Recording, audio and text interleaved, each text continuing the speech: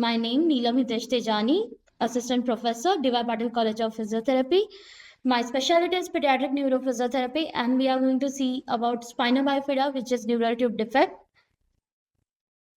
Contents are going to be definition of spina bifida, types of spina bifida, causes of spina bifida, and signs and symptoms of different types of spina bifida. What are the objectives? In this, my final year students can know about the meaning of spina bifida, can identify different types of spina bifida, know the signs and symptoms of different types of spina bifida, and what are the assessment. Now, what do you mean by spina bifida? Spina bifida is a condition which majoritarily affects spine and it's usually apparent at birth. It is type of neural tube defect. In this, what happens? There is no closure of the neural tube. Like you can see over here, in this, there is a closure, and because here you can see the gap, from that gap, there is a nerve's spinal fluid which is oozing out because of the opening which is caused in spina bifida. Now, what are the causes? You can see iron deficiency, unknown cause, etiology, increase in family such as genetic influence, viral causes, radiation, and environment. Now, spina bifida is mostly spinal cord is mostly closed before 28 days of gestational age. Why? Because your iron helps for the closure, and if there is iron deficiency, the closure of spinal cord will be difficult, or it doesn't happen, and which leads to spina bifida, seen in some studies. Now, cystic defects is seen in 0.2 to 4.2 per 1,000 live birth. Recent evidence supports the hypothesis that neutral tube deformity may caused by the interaction of genetic predisposition with an essential nutrient deficiency. As I previously told that folic acid, your iron deficiency can be the main cause for your spina bifida. So when a woman takes spina bifida or multivitamin which contains folic acid, during the first 6 weeks of pregnancy will prevent more than 50% of the occurrence. Now the severity depends on size and location of the opening. There can be two openings. One is at lumbar level and one is at sacral level. Where is the opening? If it's at lumbar level, then your majority of lumbar plexus are going to get involved. That's the reason severity depends on the size area where the opening is and how much nerve spinal cord is affected, how much nerves are outraged. Definition of spina bifida can be midline defect involving failure of the osseous spine, that is your pony prominence are not closed, and it leads to spina bifida, most common defect of central nervous system. Types of spina bifida, there are majority two types of spina bifida occulta and spina bifida cystica. Again, cystica is divided into two different types. One is meningocele and another one is myelomeningocele. In this first one, you can see this is spina bifida occulta, where there is nothing outside over here.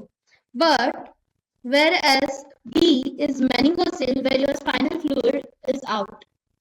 And C is myelomeningocele, where your nerves are also involved.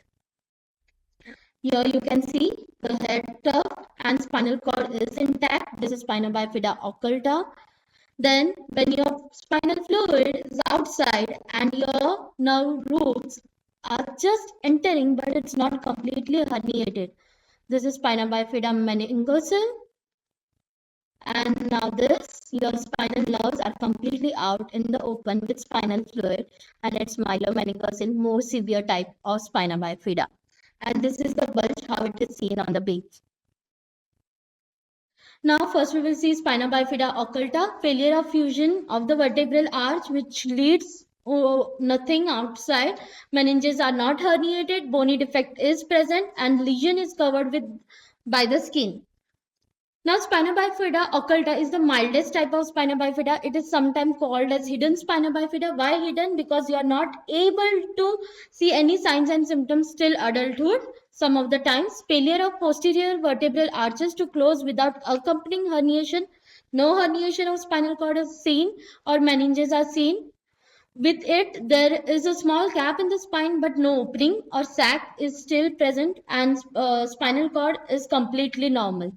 The spinal cord and nerves are usually normal. Many times, spina bifida occulta is not discovered until late childhood or adulthood, because that gap is not going to create problem, as there is no what you can say alteration in spinal cord. This type of spina bifida usually does not cause any disabilities.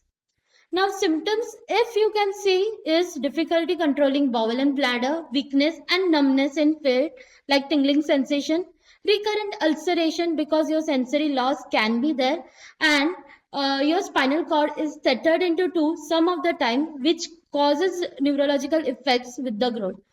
Signs, overlying skin lesion is seen, tuft hair on the lesion, lipoma, birthmark, or small dermal signs around the lumbar lesion is present. Now another type, spina bifida cystica. In this, closure is not there. External saccular protrusion, you can see over here, through bony spine is present, varying degrees of nerve involvement. Now the types, as we have seen, is meningocele and myelomeningocele. Meningocele is a sac of fluid comes through the opening in the baby's back, but the spinal cord is not present in the sac, or any nerves are not there in the sac. This is usually very less damage to your nerve, and it is very much less severe as compared to myelomeningocele, and disabilities which are present are very minor.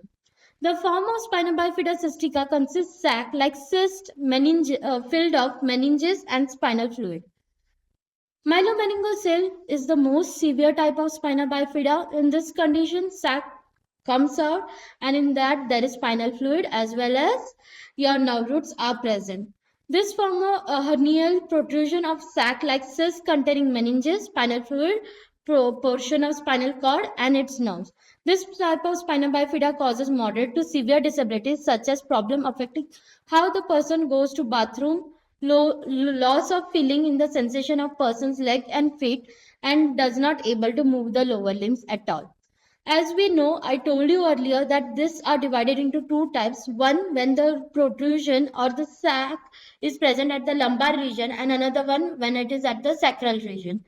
Sensory disturbance is seen on both the types, but when lumbar vertebra is affected, below the second lumbar vertebra to be specific, paralysis is seen, which is flaccid, hypotonia, like your toe, there is no tone at all in both the limbs, so the movement of the limbs are very difficult. Varying degree of sensory deficit, incontinence, dribbling of urine, bowel bladder control is completely absent, and there can be rectal prolapse as well. And this type, physiotherapy management plays an important role when such deficits are there, because hypotonia you are not able to cover. So you need some of the treatments at this level. Then below third sacral vertebra, that is your second area where your protrusion can happen. Motor impairments are not seen. Maybe saddle anesthesia with bladder and anal sphincter paralysis can be seen. Joint deformities are seen majoritarily here. That is your club foot, talipes, valgus and varus contractures, kyphosis, and hip dislocation. You can see in some of the baby while they are crawling in this, or you can see they are dragging their feet towards them. The hip is dislocated and relocated again when they are coming into the neutral position, and they are acquired with it. If we want to see prenatal detection, ultrasound scanning of uterus is seen, then elevated concentration of alpha fetoprotein, fetal specific gamma 1 globulin in amniotic fluid can indicate presence of myelomeningocele. Evaluation of the sac by translucent light to detect the presence of nerve that suggests meningocele. Plain radiograph can identify bony defects, and spinal tomography and myelography are another ways where you can see spina bifida. These are my references.